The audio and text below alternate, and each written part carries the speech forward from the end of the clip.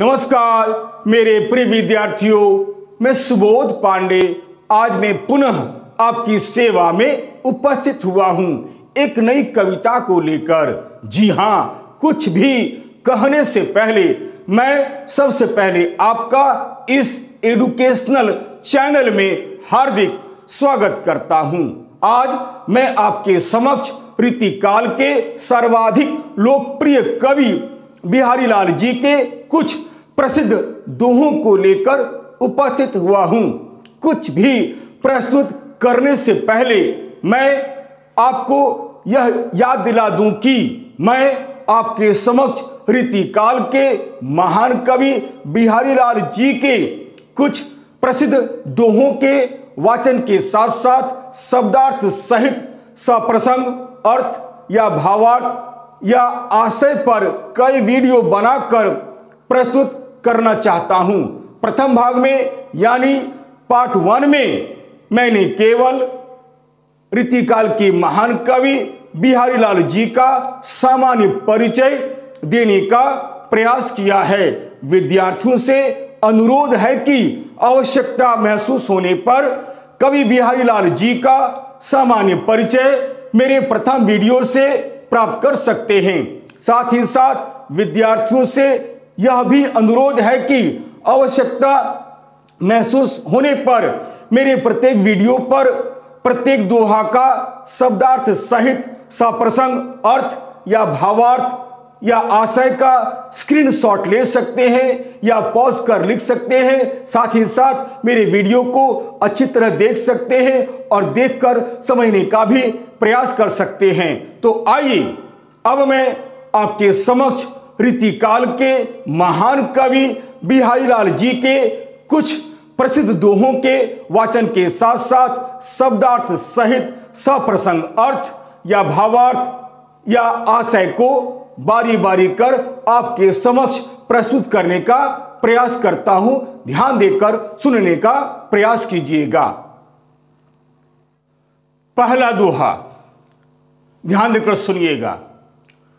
सोहत ओढ़े पीत पटु श्याम सलौने गात, मनो नीलमणि शैल पर आतप परियो प्रभात।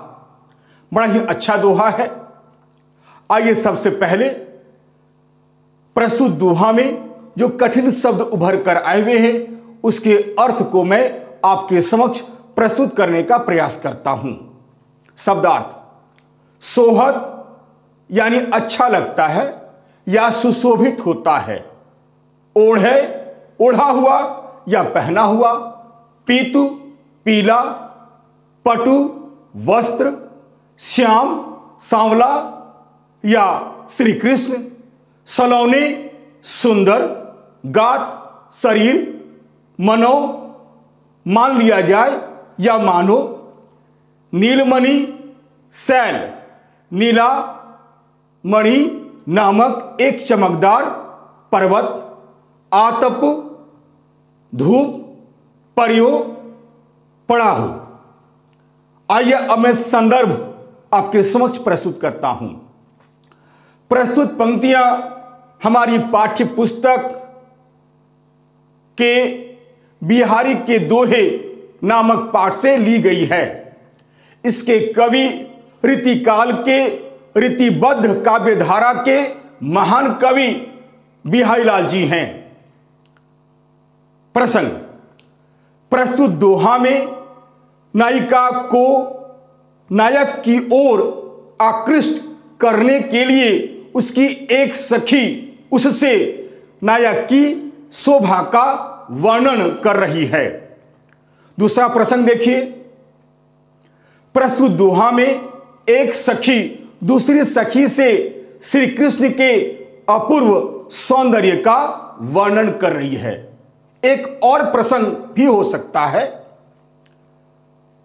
इस दोहा में श्री कृष्ण जो सांवले शरीर वाले हैं उनके शरीर पर पीले वस्त्र रहने के कारण उनका सौंदर्य किस प्रकार बढ़ जाता है, प्रस्तुत दोहा में श्री कृष्ण के अपूर्व सौंदर्य का वर्णन कवि बिहारी लाल जी ने बड़े सुंदर ढंग से किया है। आइए अब मैं इस दोहा का अर्थ या भावार्थ या आशय आपके समक्ष प्रस्तुत करता हूं, ध्यान देकर सुनिएगा। अर्थ या भावार्थ या आशय। प्रस्तुत दोहा के माध्यम से रीतिकाल के महान कवि बिहारी लाल जी ने श्री कृष्ण के अपूर्व सौंदर्य का वर्णन बड़े ही सुंदर ढंग से किया है। वे कहते हैं कि एक सखी दूसरी सखी से श्री कृष्ण के सांवले शरीर पर रहने वाले पीले वस्त्र के सौंदर्य की प्रशंसा करते हुए कहती हैं कि हे सखी, एक तो श्री कृष्ण सांवले तन यानी सांवले शरीर वाले हैं, उस पर वे पीले वस्त्र ओढ़े हुए हैं। इस वेश में वे इतने सुंदर लग रहे हैं कि मैं क्या बतलाऊं, यानी इस वेश में वे बहुत ही सुंदर लग रहे हैं। कहने का अर्थ यह है कि उस वेश में वे ऐसे सुशोभित हो रहे हैं, ऐसे सुशोभित हो रहे हैं कि कुछ कहा ही नहीं जा सकता है। ऐसा लगता है मानो नीले रंग के चमकदार पर्वत यानी नीलमणि पर्वत पर सूरज की प्रातःकालीन पीली धूप पड़ रही हो। इस प्रकार इस दोहा में कवि बिहारी लाल जी ने श्री कृष्ण के अपूर्व सौंदर्य का वर्णन बड़े ही सुंदर ढंग से किया है।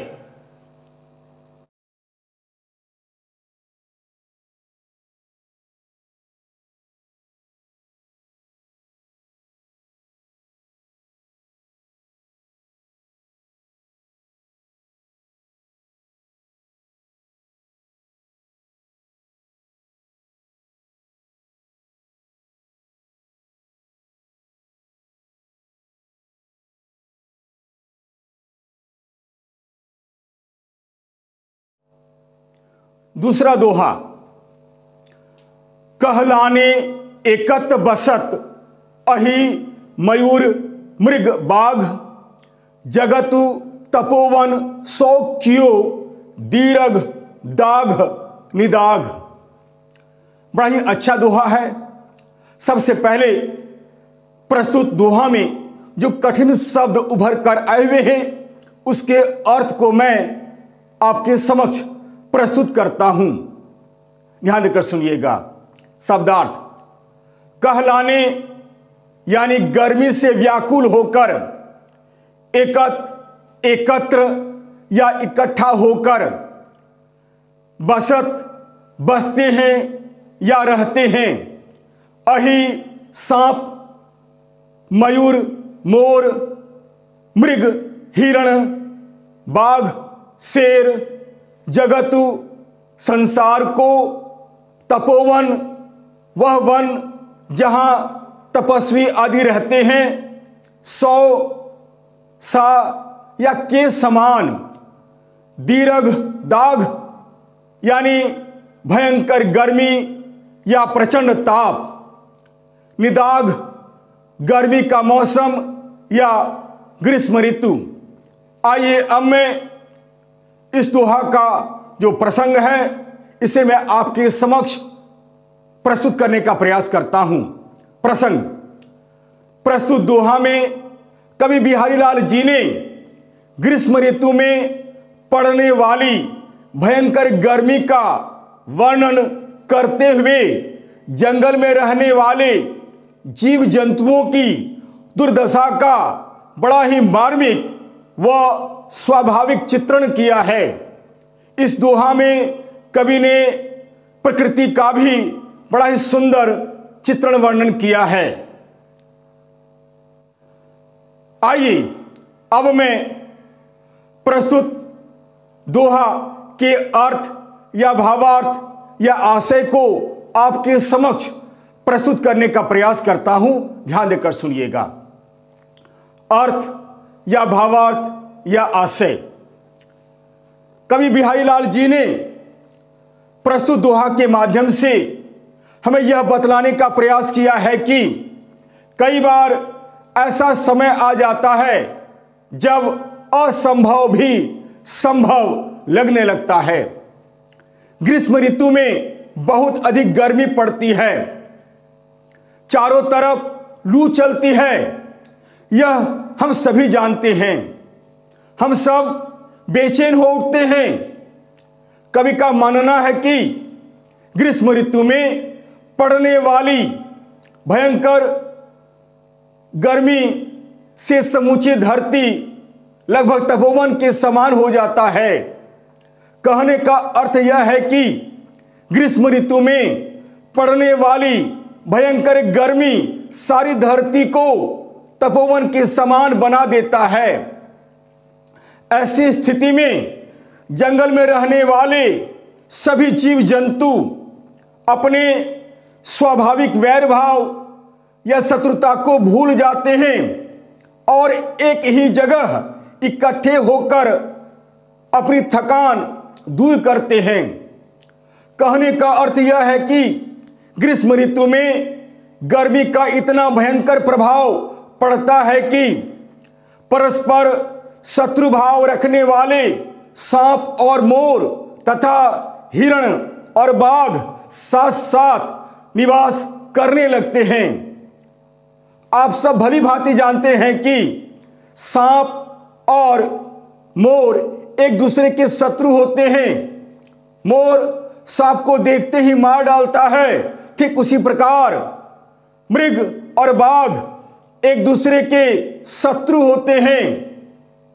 बाघ मृग को देखते ही अपना आहार बना लेता है, परंतु वैशाख और जेठ महीने में इतनी भयंकर गर्मी पड़ती है कि ये सभी शत्रुता भाव को भूलकर गर्मी से छुटकारा पाने के लिए तड़पने लगते हैं, बेचैन हो जाते हैं। एक जगह शत्रुता भाव को भूलकर इकट्ठे होकर थकान दूर करने लगते हैं, यानी इकट्ठे रहकर गर्मी से छुटकारा पाने का प्रयास करते हैं।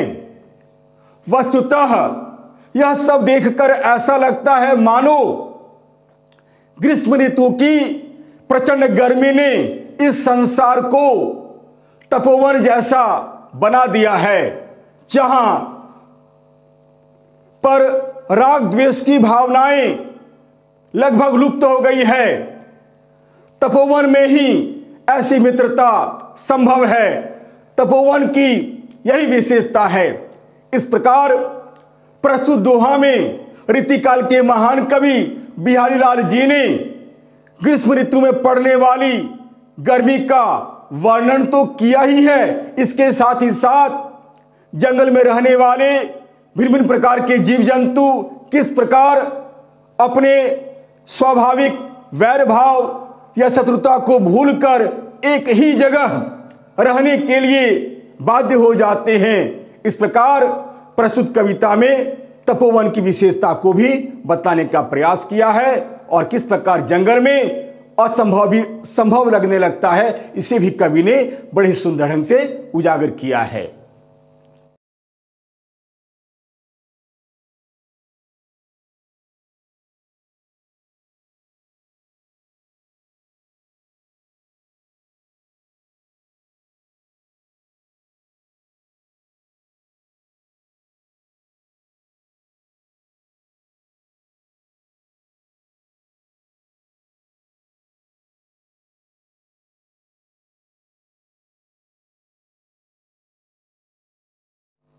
तीसरा दोहा। बतरस लालच लाल की मुरली धरी लुकाए, सोह करे भोहनु हसे दैन कहे नटी जाए। बड़ा ही अच्छा दोहा है। आइए सबसे पहले प्रस्तुत दोहा में जो कठिन शब्द उभर कर आए हुए हैं उसके अर्थ को आपके समक्ष रखने का प्रयास करता हूं। बतरस यानी बात करने का आनंद या बतियाने का सुख। लालच यानी लोभ। लाल श्री कृष्ण, धरी रख दी, लुकाए छिपाकर, सोह करे सौगंध खाते हैं भौहानु भावों से या भौहों से दैन देने के लिए नतीजाए इनकार करती है, यानी इनकार कर देती है। आइए अब मैं प्रसंग आपके समक्ष प्रस्तुत करता हूं। यह एक श्रृंगार रस से ओतप्रोत दोहा है। इस दोहा में संयोग श्रृंगार का बड़ा ही सुंदर वर्णन हुआ है। श्री कृष्ण से प्रेम करने वाली एक गोपी को श्री कृष्ण से बातचीत करने में बहुत आनंद मिलता है, इसीलिए बातचीत करने के बहाने तथा आनंद लेने के लिए एक शरारत करती है। वह जानबूझकर श्री कृष्ण की वंशी को छुपा लेती है। प्रस्तुत दोहा में एक गोपी के इसी शरारत का वर्णन हुआ है, जिसे कवि ने बड़ी सुंदर ढंग से हमारे समक्ष प्रस्तुत किया है। आइए अब मैं इस दोहा का जो अर्थ है इसे मैं आपके समक्ष प्रस्तुत करता हूं, ध्यान देकर सुनिएगा। अर्थ या भावार्थ या आशय। प्रस्तुत दोहा में बिहारी लाल जी कहते हैं कि एक गोपी श्री कृष्ण से रस भरी बातें करने के लालच में या उद्देश्य से जानबूझकर श्री कृष्ण की वंशी यानी मुरली को छिपाकर रख लेती है, और जब वे यानी श्री कृष्ण अपनी मुरली को उससे मांगते हैं तो वह साफ इनकार कर देती है। वह तो सौगंध खाकर कह सकती है कि या सौगंध खाकर कहती है कि नहीं मैंने तुम्हारी मुरली चुराई है और नहीं मैं तुम्हारी मुरली के बारे में कुछ जानती हूं।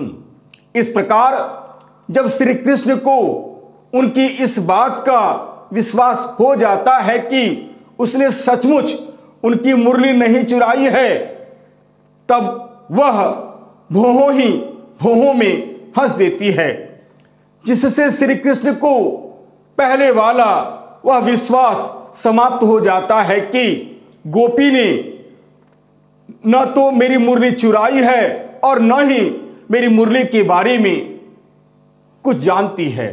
वे पुनः अपने मुरली वापस करने का आग्रह करने लगते हैं, परंतु फिर वह साफ मना कर देती है कि उसे तो उस मुरली के बारे में कुछ जानकारी ही नहीं है, यानी वह मुरली के बारे में कुछ जानती ही नहीं है। अर्थात श्री कृष्ण को बार बार विश्वास दिलाती रहती है कि उसने उनकी मुरली नहीं चुराई है।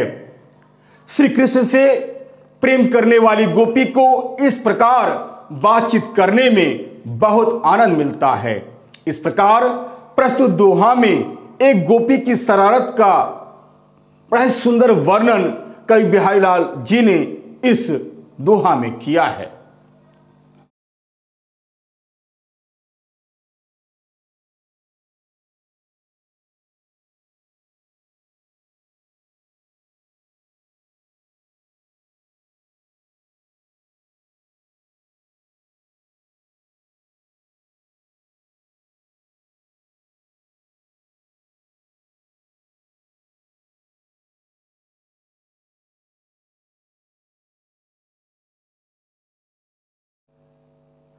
चौथा दोहा। कहत नटत रिझत खिझत मिलत खिलत लजियात भरे भौन में करत हैं नैननु ही सब बात। आइए सबसे पहले प्रस्तुत दोहा में जो कठिन शब्द उभर कर आए हुए हैं उसके अर्थ को मैं आपके समक्ष प्रस्तुत करता हूं, ध्यान देकर सुनिएगा। कहत यानी कहता है, नटत यानी इनकार कर देती है, रिझत रिझ जाता है या खुश हो जाता है, खिझत खिंचती है या क्रोध आता है, मिलत मिलता है या मिलते हैं, खिलत प्रसन्न हो उठती है, लजियात लजा जाती है, भरे भवन यानी लोगों से भरा हुआ भवन, नैननु आंखों से। आइए अब मैं इस दोहा का जो प्रसंग है इसे मैं आपके समक्ष प्रस्तुत करता हूं, ध्यान देकर सुनिएगा। प्रसंग, यह एक श्रृंगार रस से ओतप्रोत दोहा है। इस दोहा में कवि ने संयोग श्रृंगार का बड़ा ही सुंदर वर्णन किया है। प्रस्तुत दोहा में कवि बिहारी लाल जी ने नायक और नायिका के मध्य हुई बातचीत का बड़ा ही सुंदर वर्णन किया है। यह बातचीत मुख से नहीं होती है बल्कि आंखों ही आंखों से होती है। इसका प्रमुख कारण यह है कि नायक और नायिका दोनों ही गुरुजनों के बीच घिरे हुए हैं, अतः वे दोनों खुलकर बातचीत नहीं कर पा रहे हैं। दोनों नैनों ही नैनों से आपस में बातचीत कर लेते हैं जिसका किसी को पता नहीं चलता है। रीतिकाल के महान कवि बिहारी लाल जी ने इस दोहा में इसका बड़ा ही रोचक वर्णन किया है। आइए अब मैं इस दोहा का अर्थ आपके समक्ष प्रस्तुत करता हूं। अर्थ, भावार्थ या आशय। प्रस्तुत दोहा में कवि बिहारी लाल जी कहते हैं कि नायिका की एक सखी दूसरी सखी से कहती है कि हे सखी, नायक और नायिका दोनों ही बड़ी चतुराई से घर में गुरुजनों और स्वजनों से भरे हुए आपस में नैनों ही नैनों से इस प्रकार बातचीत कर लेते हैं कि किसी को पता तक नहीं चलता है।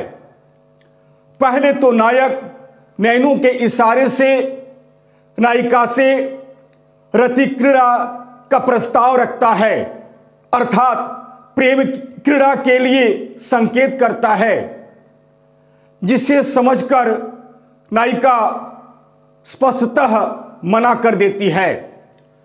नायक नायिका के मना करने के ढंग पर बहुत प्रसन्न हो जाता है।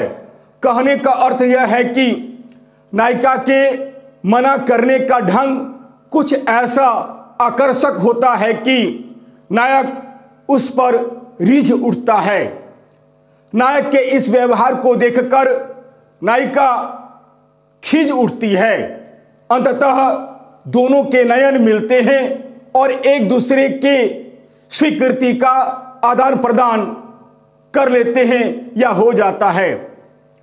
फिर दोनों के चेहरे प्रसन्नता से खिल उठते हैं, अर्थात इस अप्रत्याशित सुख के प्राप्त होने पर नायक प्रफुल्लित हो उठता है, किंतु नायिका उसे इस प्रकार प्रसन्न हुआ देखकर लजा जाती है, शर्मा जाती है। अतः हे सखी, इस प्रकार नायक और नायिका बड़ी ही चतुराई से घर में गुरुजनों और स्वजनों के रहते हुए भी, यानी घर में सभी सदस्यों या बड़े बुजुर्गों के एकत्र बैठे होने पर भी आपस में मन की बातें नैनों ही नैनों के इशारों से इस प्रकार कर लेते हैं कि किसी को पता तक नहीं चलता है। अतः यह एक श्रृंगार रस से ओतप्रोत दोहा है। इस दोहा में कवि बिहारी लाल जी ने श्रृंगार रस का बड़ा ही सुंदर वर्णन किया है जो देखते ही बनता है।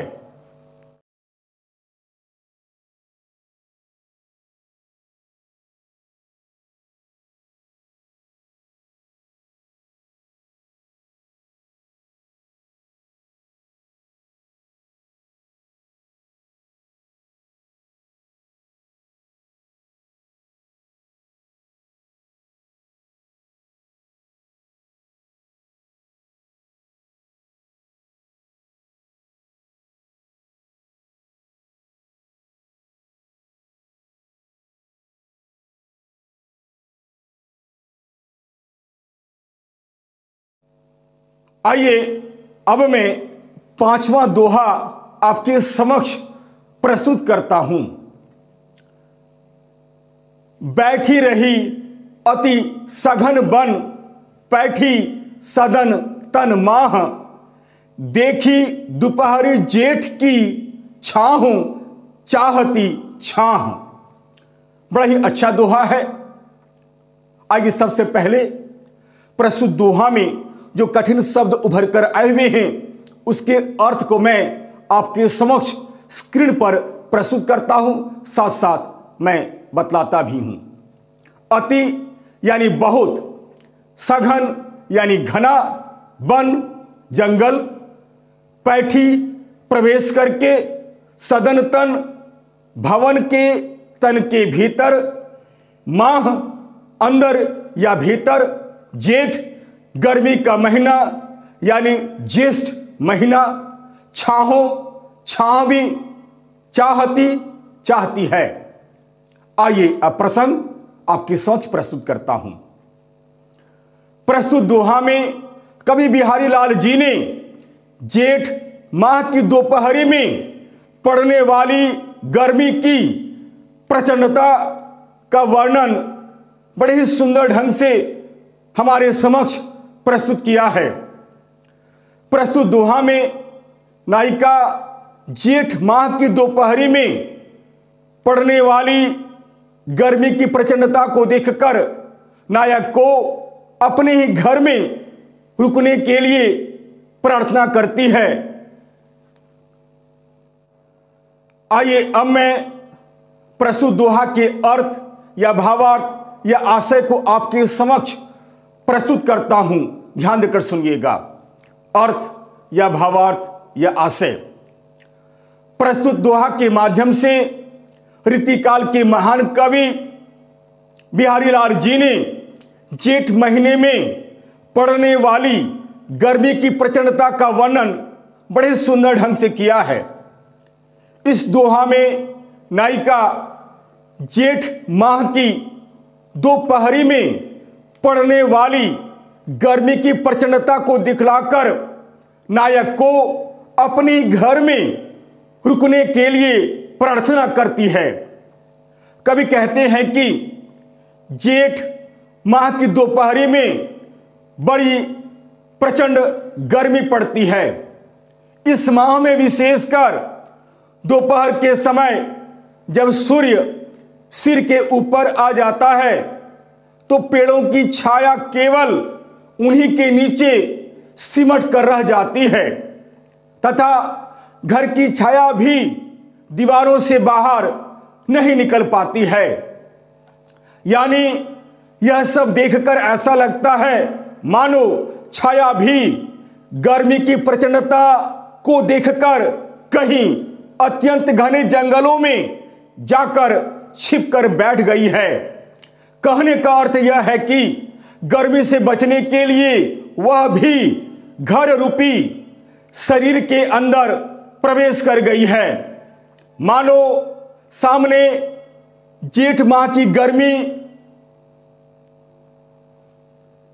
को देखकर वह भी छाह पाने के लिए व्याकुल हो गई है। वह भी एक प्रकार से छाह चाहने लगी है। अतः ऐसी भीषण गर्मी में कहीं बाहर निकलना उचित नहीं है, अर्थात ऐसे वातावरण में घर से निकलना उचित नहीं है। कवि बिहारी लाल जी ने प्रस्तुत दोहा के माध्यम से ग्रीष्मकाल में खास करके जेठ महीने में पड़ने वाली गर्मी की प्रचंडता का वर्णन बड़े ही सुंदर ढंग से बताने का प्रयास किया है। अतः यह नायिका अपने नायक से या प्रेमी से यही कहना चाहती है कि गर्मी की प्रचंडता को देखकर हे प्रिय, तुम्हारा यहां से निकलना बिल्कुल उचित नहीं है।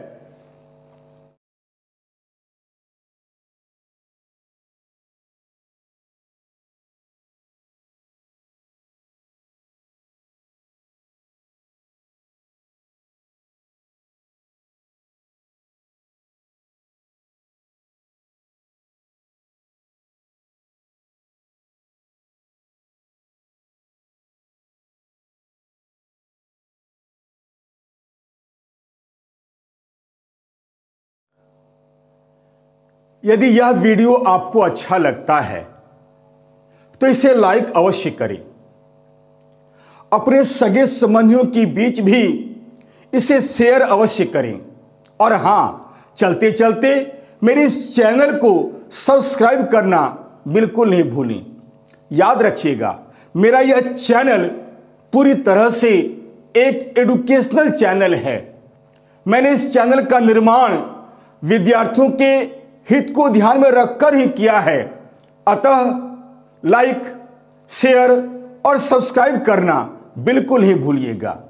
यदि मेरे वीडियो में कहीं कोई आपको कमी नजर आती है तो कृपया कमेंट्स के द्वारा लिखकर अवश्य बताइएगा, ताकि मैं अगले वीडियो में सुधार कर सकूं और बच्चों को, विद्यार्थियों को अधिक से अधिक इसका फायदा हो सके। तब तक के लिए नमस्कार, धन्यवाद।